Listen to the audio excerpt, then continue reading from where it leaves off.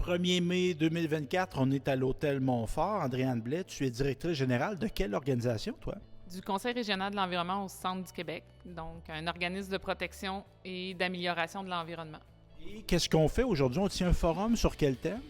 Sur l'énergie, l'énergie qui est très d'actualité comme thématique, on en entend beaucoup parler au Centre du Québec. On a voulu non pas parler des différentes filières énergétiques, mais bien parler de la vision plus macro, d'une vision de la transition énergétique. Donc, comment on va s'y prendre, nous, au Québec, pour passer à travers tous les défis énergétiques qui s'en viennent.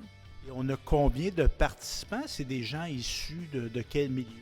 Oui, on a 120 participants, participantes issus de divers milieux, notamment des élus du monde municipal. On a aussi des organisations de toutes les sphères, des citoyens aussi. On a des groupes de mouvements citoyens qui soutiennent l'évolution, la réflexion énergétique au Centre du Québec. Ils sont présents aussi.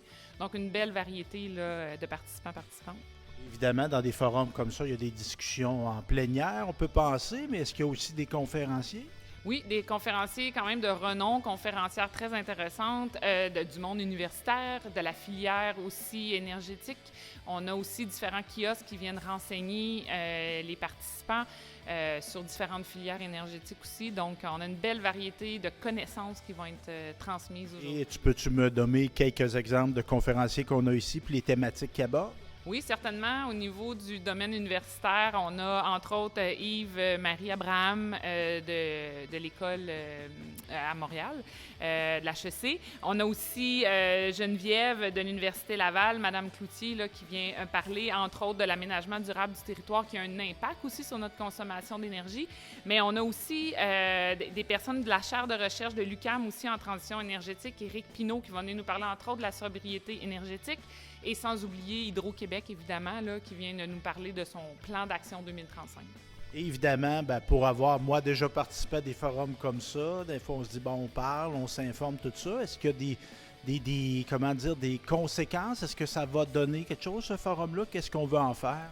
Bien, l'objectif, c'est vraiment d'ouvrir les réflexions. Il n'y aura pas un impact concret demain. Tout le monde va arrêter de consommer de l'énergie. Là. Ça serait peut-être mon rêve. Mais évidemment, on reste qu'on est dans une société de consommation, une société qui se doit de réfléchir à son utilisation énergétique. Donc, l'objectif, c'est vraiment d'emmener cette réflexion-là sur notre utilisation de l'énergie. Et si on veut en apprendre davantage sur le Conseil régional de l'environnement du Centre du Québec, site web, page Facebook, médias sociaux? Oui, le www.crecq.qc.ca et sinon, appelez directement l'équipe au CRE. Merci.